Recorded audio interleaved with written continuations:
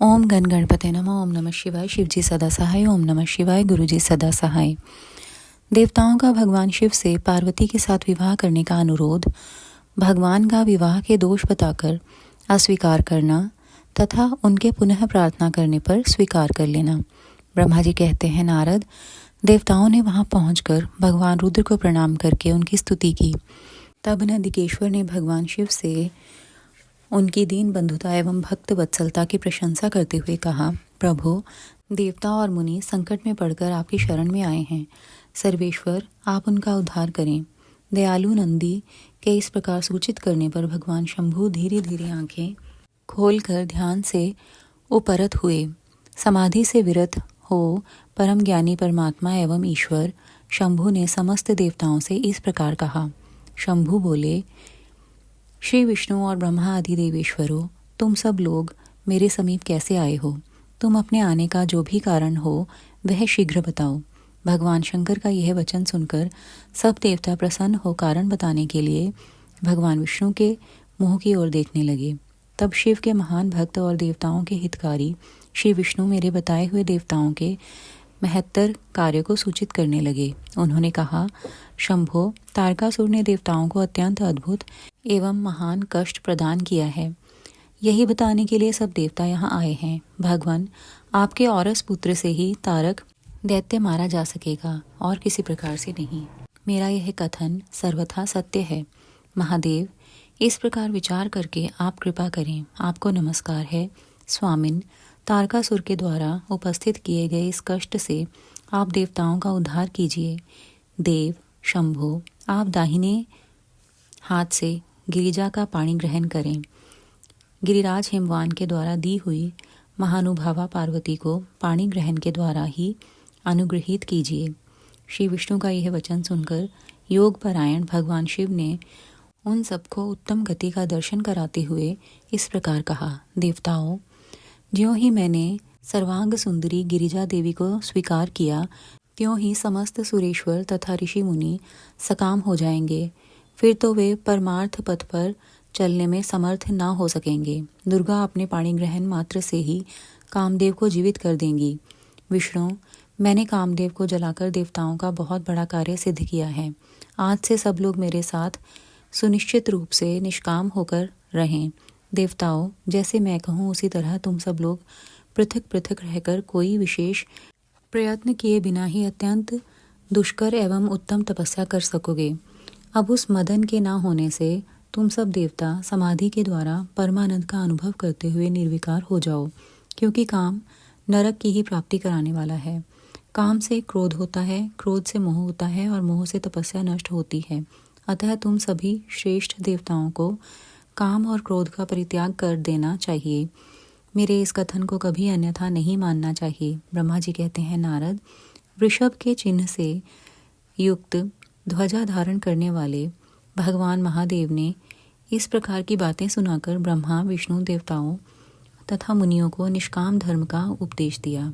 तदनंतर भगवान शंभु पुनः ध्यान लगाकर चुप हो गए और पहले की ही भांति पार्षदों से घिरे हुए सुस्थिर भाव से बैठ गए। वे अपने मन में ही स्वयं आत्म स्वरूप निरंजन, निराभास, निर्विकार, निरामय, परात्पर, नित्य, ममता रहित, निर्वग्रह, शब्दातीत, निर्गुण, ज्ञानगम्य एवं प्रकृति से पर परमात्मा का चिंतन करने लगे। इस प्रकार परम स्वरूप का चिंतन करते हुए वे ध्यान में स्थित हो गए। बहुत से प्राणियों की सृष्टि करने वाले भगवान शिव ध्यान करते करते ही परमानंद में निमग्न हो गए।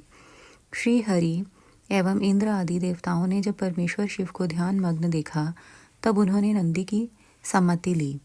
नंदी ने पुनः दीन भाव से स्तुति करने के लिए कहा। उनकी इस सत्सम्मति के अनुसार देवता स्तुति करने लगे। वे बोले, देव देव महादेव, करुणा सागर प्रभु, हम आपकी शरण में आए हैं। आप महान क्लेश से हमारा उद्धार कीजिए। ब्रह्मा जी कहते हैं, नारद, इस प्रकार बहुत दीनतापूर्ण उक्ति से देवताओं ने भगवान शंकर की स्तुति की। इसके बाद वे सब देवता प्रेम से व्याकुल चित्त हो उच्च स्वर से फूट फूट कर रोने लगे। मेरे साथ भगवान श्री हरि उत्तम भक्ति भाव से युक्त हो मन ही मन भगवान शंभु का स्मरण करते हुए अत्यंत दीनतापूर्ण वाणी द्वारा उनसे अपना अभिप्राय निवेदन करने लगे। देवताओं के, मेरे तथा श्रीहरि के इस प्रकार बहुत स्तुति करने पर भगवान महेश्वर अपनी भक्त वत्सलता के कारण ध्यान से विरत हो गए। उनका मन अत्यंत प्रसन्न था। वे भक्त वत्सल शंकर श्रीहरि आदि को करुणा दृष्टि से देखकर उनका हर्ष बढ़ाते हुए बोले, विष्णु, ब्रह्मन तथा इंद्र आदि देवताओं, तुम सब लोग एक साथ यहाँ किस अभिप्राय से आए हो? मेरे सामने सच सच बताओ। श्रीहरि ने कहा, महेश्वर, आप सर्वज्ञ हैं, सबके अंतर्यामी ईश्वर हैं। क्या आप हमारे मन की बात नहीं जानते? अवश्य जानते हैं, तथापि आपकी आज्ञा से मैं स्वयं भी कहता हूँ। सुखदायक शंकर, हम सब देवताओं को तारकासुर से अनेक प्रकार का दुख प्राप्त हुआ है, इसीलिए देवताओं ने आपको प्रसन्न किया है। आपके लिए ही उन्होंने गिरिराज हिमालय से शिवा की उत्पत्ति कराई है। शिवा के गर्भ से आपके द्वारा जो पुत्र उत्पन्न होगा, उसी से तारकासुर की मृत्यु होगी, दूसरे किसी उपाय से नहीं। ब्रह्मा जी ने उस दैत्य को यही वर दिया है, इसी कारण दूसरे से उसकी मृत्यु नहीं हो पा रही है। अतएव वह निडर होकर सारे संसार को कष्ट दे रहा है। इधर नारद जी की आज्ञा से पार्वती कठोर तपस्या कर रही हैं। उनके तेज से समस्त चराचर प्राणियों सहित त्रिलोकी आच्छादित हो गई है। इसलिए परमेश्वर, आप शिवा को वर देने के लिए जाइए। स्वामिन, देवताओं का दुख मिटाइए और हमें सुख दीजिए। शंकर, मेरे तथा देवताओं के हृदय में आपके विवाह का उत्सव देखने के लिए बड़ा भारी उत्साह है। अतः आप यथोचित रीति से विवाह कीजिए। परात्पर परमेश्वर, आपने रति को जो वर दिया था, उसकी पूर्ति का अवसर आ गया है। अतः अपनी प्रतिज्ञा को शीघ्र सफल कीजिए। ब्रह्मा जी कहते हैं, नारद, ऐसा कह उन्हें प्रणाम करके श्री विष्णु आदि देवताओं और महर्षियों ने नाना प्रकार के स्तोत्रों द्वारा पुनः उनकी स्तुति की। फिर वे सबके सब उनके सामने खड़े हो गए। भक्तों के अधीन रहने वाले भगवान शंकर भी, जो वेद मर्यादा के रक्षक हैं, देवताओं की बात सुन हंसकर बोले, हे हरे, हे विधे और हे देवताओं, तुम सब लोग आदरपूर्वक सुनो। मैं यथोचित विशेषतः विवेकपूर्ण बात कह रहा हूँ। विवाह करना मनुष्य के लिए उचित कार्य नहीं है, क्योंकि विवाह दृढ़तापूर्वक बांध रखने वाली एक बहुत बड़ी बेड़ी है। जगत में बहुत से कुसंग हैं, परंतु स्त्री का संग उनमें सबसे बढ़कर है। मनुष्य सारे बंधनों से छुटकारा पा सकता है, परंतु स्त्री प्रसंग रूपी बंधन से वह मुक्त नहीं हो पाता। लोहे और काठ की बनी हुई बेड़ियों में दृढ़तापूर्वक बंधा हुआ पुरुष भी एक दिन उस कैद से छुटकारा पा सकता है, परंतु स्त्री, पुत्र आदि के बंधन में बंधा हुआ मनुष्य कभी छूट नहीं पाता। महान बंधन में डालने वाले विषय सदा बढ़ते रहते हैं। जिसका मन विषयों के वशीभूत हो गया है, उसके लिए मोक्ष स्वप्न में भी दुर्लभ है। विद्वान पुरुष यदि सुख चाहता है तो वह विषयों को विधिपूर्वक त्याग दे। विषयों को विष के समान बताया गया है, जिनके द्वारा मनुष्य मारा जाता है।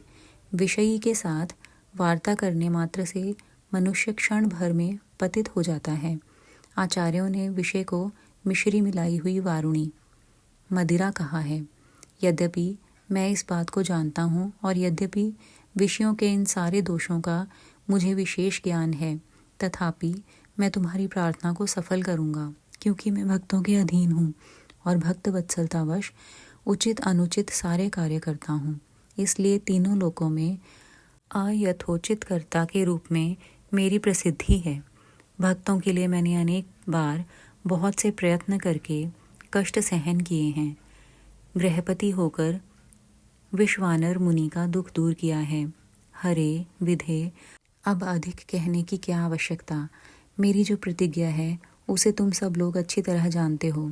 मैं यह सत्य कहता हूँ कि जब जब भक्तों पर कहीं विपत्ति आती है, तब तब मैं तत्काल उनके सारे कष्ट हर लेता हूँ। तारकासुर से तुम सब लोगों को जो दुख प्राप्त हुआ है, उसे मैं जानता हूँ और उसका हरण करूँगा। यह भी सत्य सत्य बता रहा हूँ। यद्यपि मेरे मन में विवाह करने की कोई रुचि नहीं है, तथापि मैं पुत्रोत्पादन के लिए गिरिजा के साथ विवाह करूँगा। तुम सब देवता अब निर्भय होकर अपने अपने घर जाओ। मैं तुम्हारा कार्य सिद्ध करूँगा। इस विषय में अब कोई विचार नहीं करना चाहिए। ब्रह्मा जी कहते हैं, नारद, ऐसा कहकर भगवान शंकर मौन हो समाधि में स्थित हो गए और विष्णु आदि सभी देवता अपने अपने धाम को चले गए। शुक्राना गुरु जी महाराज, भूल चूक माफ।